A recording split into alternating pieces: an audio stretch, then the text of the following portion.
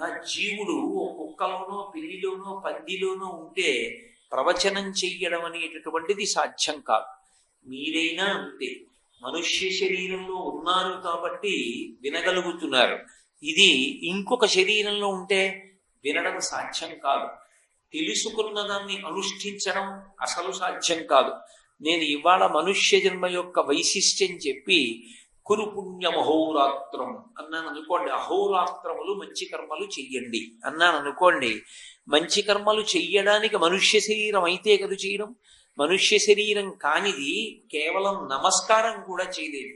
2 చేతులు కలిపి తల తాటించి 11 భగవంతుని యొక్క పాదముల యందు న్యాసము చెయ్యగలిగినటువంటి శక్తి మనుష్యునకున్నదేమో కానీ ఇతర ప్రాణులకు లేదు కదా.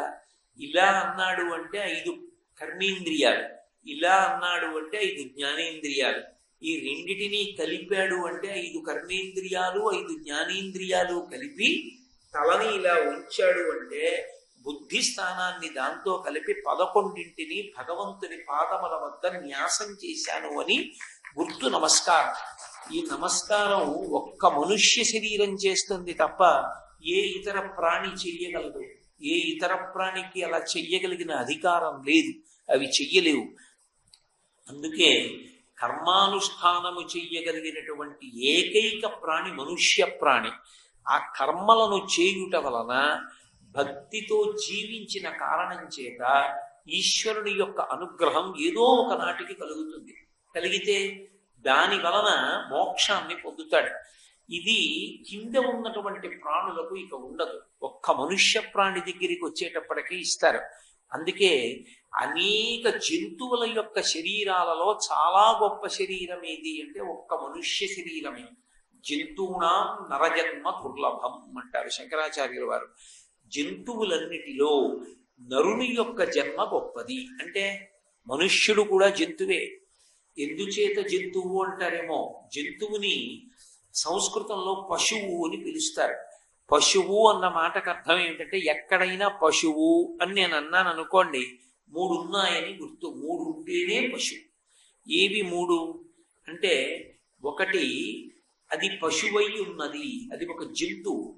దాని మెడకి ఒక పాశం ఉంటుంది, పాశము చేత కట్టబడిన దానిని పశువు అని పిలుస్తారు. మెడలోకో కాలుకో తాడేసి కడతారు. ఇప్పుడు ఆ తాటి యొక్క 2వ కొసని వేరొక గుంజకో దేనికో చెట్టుకో కడతారు. ఆ 3 ఉంటేనే పశువు.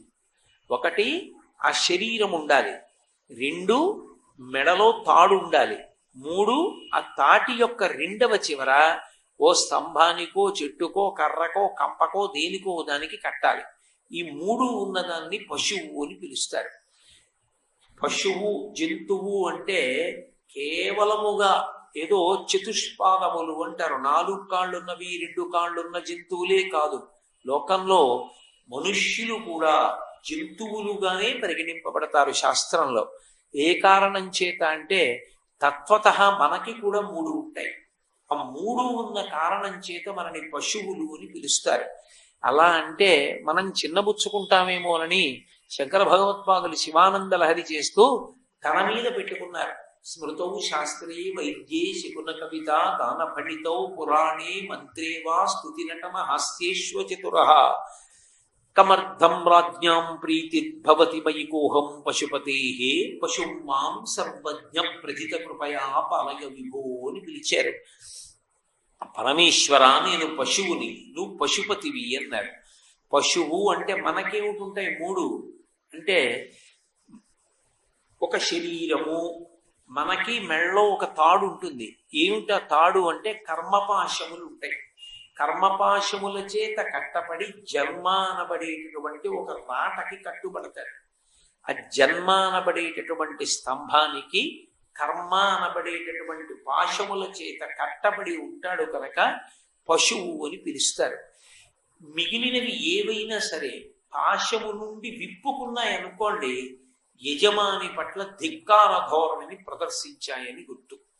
నేను ఓ కుక్కను తీసుకొచ్చి కట్టాను అనుకోండి, ఆ కుక్క తాడిప్పేసుకుని పరిగెడుతోంది అనుకోండి, నేను పట్టి శిక్షిస్తాను. ఆ కుక్కని శిక్షించి తీసుకొచ్చి మళ్ళీ కట్టేస్తాను. కానీ సాధన చేత తాళ్ళు విప్పేసుకున్నాడు అనుకోండి మనుష్యుడు, ఇక మళ్ళీ పుట్టవలసిన అవసరం లేని స్థితిని పొందేశాడని గుర్తు. మిగిలిన పశువులకు మనుష్యునకు ఉండే తేడా అది. కర్మపాశములను తెంచేసుకుంటాడు. ముడి విప్పడం కాదు, కర్మపాశాన్ని తెంచుతాడు పరమేశ్వరుడు. అందుకే మీరు సాధారణంగా చూడండి, భగవంతుని యొక్క స్వరూపాలన్నీ కూడా చేతిలో గొడ్డలి పట్టుకుంటాయి ఎప్పుడో ఒకప్పుడు. ఆ గొడ్డలి లేదా కత్తి అనబడేటటువంటిది పట్టుకోవడానికి కారణం ఏమిటంటే, భక్తి పాశములు ఎవడి మెడలో పడతాయో వాడి కర్మపాశములను కోసేస్తాడు ఈశ్వరుడు. కోసి భక్తి పాశం వేసి దగ్గరికి లాక్కుంటాడు, తన పాద పంజరమునందు కూర్చోబెట్టుకుంటాడు. కూర్చోబెట్టుకుని ఇక పుట్టవలసినటువంటి అవసరం లేనటువంటి స్థితిని కల్పిస్తాడు. అలా పొందగలిగినటువంటి అదృష్టం ఎవరికి ఉంటుంది అంటే ఒక్క మనుష్య ప్రాణికే ఉంటుంది. ఆ తాటిని తెంచుకోవడం ఒక్క మనుష్యునికే సాధ్యం. ఎలా సాధ్యం? ఎందుకు మనుష్యునికి అంత శక్తి వచ్చింది? ఎందుకు శక్తి వచ్చింది అంటే నరుడు అని పేరుతో పిలవడానికి కారణం అదే. అందుకే జంతువునాం నరజన్మ దుర్లభం అని శంకర భగవత్పాదులు ప్రతిపాదించడానికి కారణం అక్కడుంది. నరుడు అని పిలవబడినటువంటి ఈ మనుష్య శరీరానికి ఒక ప్రత్యేకమైనటువంటి లక్షణం ఉంటుంది. ఇది ఈశ్వరుడు తనకి ఏ విభూతినిచ్చాడో దాన్ని ఒక్కదాన్ని వాడుకోవడం కాదు. ఈ ప్రపంచకం మొత్తం మీద ఏ ప్రాణి యందు ఏ గొప్ప విభూతి ఉన్నా దానిని తననిదిగా వాడుకోగలిగినటువంటి శక్తి ఒక్క నరుడికే ఉంటుంది, ఏ ఇతర ప్రాణికి ఉండదు. ఓ గుర్రం ఉందనుకోండి, అది వేగంగా పరిగెత్తి పర్వతాలు కూడా ఎక్కి వెళ్ళిపోతుంది. అలా పర్వతాలు కూడా ఎక్కి వెళ్ళిపోగలిగినటువంటి గుర్రానికి ఉన్నటువంటి శక్తిని తనదిగా చేసుకుని, ఆ గుర్రాన్ని మచ్చిక చేసుకుని దానికి కళ్ళెం వేసి దాని మీద కూర్చుని గుర్రం వెళ్ళినటువంటి వేగంతో తాను కూడా వెళ్ళిపోయి పర్వతాలు ఎక్కేస్తాడు మనుష్యుడు. నీటిలో ఈదగలిగినటువంటి లక్షణం చేపకు ఒక్కదానికే ఉంది. తాను ఈత నేర్చుకుని ఈదుతాడు, ఓడ ఎక్కి సముద్రాలు దాటి వెళ్ళిపోతాడు. ఆకాశంలో ఎగరగలిగినటువంటి శక్తి పక్షికి ఒక్కదానికి ఇచ్చాడు పరమేశ్వరుడు. కానీ తాను విమానం ఎక్కి కూర్చుని ఆకాశంలో ఎగురుతూ వెళ్ళిపోతాడు. ఒక ఏనుక్కి నవలడానికి పనికి రాకపోయినా అద్భుతమైనటువంటి 2 దంతములను ఇచ్చాడు. మనుష్యుడు దాని 2 దంతములను తీసి బొమ్మలు చేసుకుని తన ఇంట్లో పెట్టుకుంటాడు. ఒక మృగానికి ఒక ప్రత్యేకమైనటువంటి శక్తినిచ్చాడు.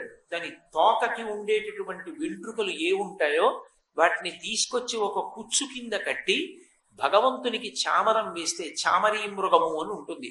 ఆ చామరీ మృగం దగ్గర వీస్తే ఆ వెంట్రుకల నుంచి వచ్చినటువంటి గాలి తగిలిన కారణం చేత పరమేశ్వరుడు కూడా ప్రశాంతుడవుతాడు. ఎందుకంటే భగవంతుని యొక్క మూర్తి యందు బడలిక ఉంటుంది.